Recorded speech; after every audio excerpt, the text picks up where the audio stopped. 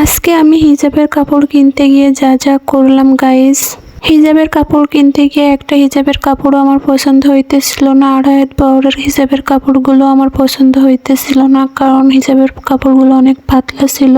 তো চলো একটা হিজাবের কাপড় বানাইতে কত গাছ কাপড় লাগে আর কয় টাকা লাগে তোমাদেরকে আজকে আমি জানাবো।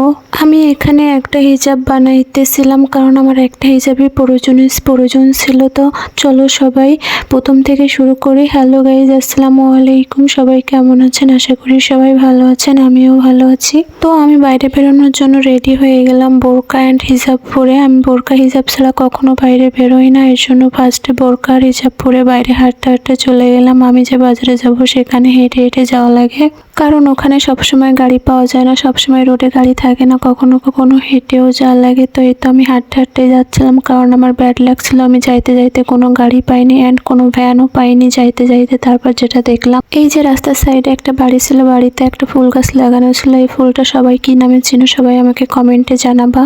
তারপরে এই তো আমি হাঁটতে হাঁটতে আমাদের বাজারে চলে আসলাম। তো বাজারে এসে ফার্স্টে আমি কাপড়ের দোকানে চলে যাব অ্যান্ড যেখানে কাপড় পাওয়া যায় সেই দোকানে। তো কাপড়ের দোকানে আমি চলে আসলাম। এসে সবার আগে আড়াই হাত বহরের কাপড়গুলো দেখতেছিলাম। তো আড়াই হাত কাপড়গুলো আমার কাছে তত একটা ভালো লাগতেছিল না, কারণ কাছে নিয়ে কাপড়গুলো দেখলাম অনেক পাতলা বাট অনেক বড় ছিল। কিন্তু সেই শীতের সময় আমার তো পাতলা কাপড় কোনো প্রয়োজন নেই, তার জন্য আমি অনেক কাপড় দেখে শুনে বেছে ভাবলাম এই কাপড়টা আমি নিব। তো এই কাপড়টা আমি নিয়েছিলাম 4 গজ, কারণ 4 গজ কাপড় এখানে আমার লাগতো। 4 গজ কাপড়ে আমার হিজাব সহ মেকআপ হয়ে যাবে, মানে মুখে বাঁধার জন্য যে কাপড়টা লাগে সেটাও হয়ে যাবে। তো এই কাপড়টা আমার জন্য খুবই প্রয়োজনীয় ছিল, কারণ আমার অনেক ভালো লাগছিল। প্রয়োজনীয় বললাম এই কারণে, কারণ শীতের দিনে এই হিজাবটা পরতে অনেক কমফোর্টেবল লাগে। তো আমার হিজাবটা কেটে দিয়েছিল, তার জন্য এখানে ওয়েট করতেছিলাম। ওয়েট করতে করতে আমি তোমাদের দিকে একটু তাকাইতেছিলাম আর পিকচার নিতেছিলাম এন্ড ভিডিও করতেছিলাম। এই যে পাশে অনেক ছেলেদের গেঞ্জি টাঙানো ছিল, এই গেঞ্জিগুলো যদি কারোর পছন্দ হয় তো অবশ্যই কমেন্ট বক্সে জানাবা, তোমাদেরকে পাঠিয়ে দেবো। তারপরে এই যে আমার হিজাবটা কাটা শেষ। তারপর আমি টাকা বের করছিলাম। এখানে আমার টাকা পড়ছিল 300 টাকা। 300 টাকার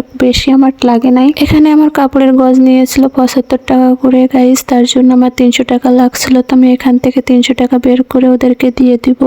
ভাইরে ভাই, এক হাত দিয়ে ফোন আর এক হাত দিয়ে ক্যামেরা ধরতে গিয়ে আমার টাকাটা বের করতে গিয়ে প্রবলেম হয়েছিল। তারপরে এই যে আমার কাপড়টা প্যাকেজিং করে দিল। প্যাকেজিং করে আমি টাকাটা দিয়ে দিয়েছিলাম। টাকাটা দিয়ে 100 টাকা ব্যাগ নিয়ে চলে আসছিলাম বাইরে, দোকানের বাইরে। তো এই তো 300 টাকায় আমার একটা হিসাব কমপ্লিট হলো, বাট হিসাব কমপ্লিট তো হয়নি, এখানে বানির দামও আছে। এখনো তো হিসাব আমি বানাইনি, জাস্ট সিট কিনে বাসায় নিয়ে দিয়ে চলে গেলাম। তো বাসার দিকে যাইতেছিলাম হেঁটে হেঁটে, কারণ আবার আমার হেঁটে হেঁটে বাসায় যাইতে হবে, কোনো ভ্যান বা কোনো রিক্সা আমাকে নিয়ে যাবে না। তো এই তো হাঁটতে হাঁটতে বাসার দিকে চলে যাচ্ছিলাম, আর কোনো কাজ নেই আমার বাজারে। তো বাসার দিকে যাইতে যাইতে আমার এখানে একটা বাগান পড়ে, মানে বাঁশ বাগান, অনেক ভয়ঙ্কর একটা লাগে আমার কাছে, গা ছমছমে একটা ব্যাপার লাগে। তোমরা দেখতেই পাচ্ছ চারিদিকে কত বাঁশ বাগান, একটা ভয়ঙ্কর ভয়ঙ্কর ফিল দিচ্ছে। তো সামনে একটা আন্টি যাইতেছিল, আন্টির পিস পিস আমি হেঁটে চলে যাচ্ছিলাম। তো আমার তত একটা ভয় লাগছিল না। তো এই তো আমার বুলাক হাঁটতে হাঁটতে বাসার দিকে চলে গেলাম। তো তোমাদের যদি এই ভিডিওটা ভালো লাগে তো অবশ্যই লাইক করবা অ্যান্ড ফলো করবা। টাটা।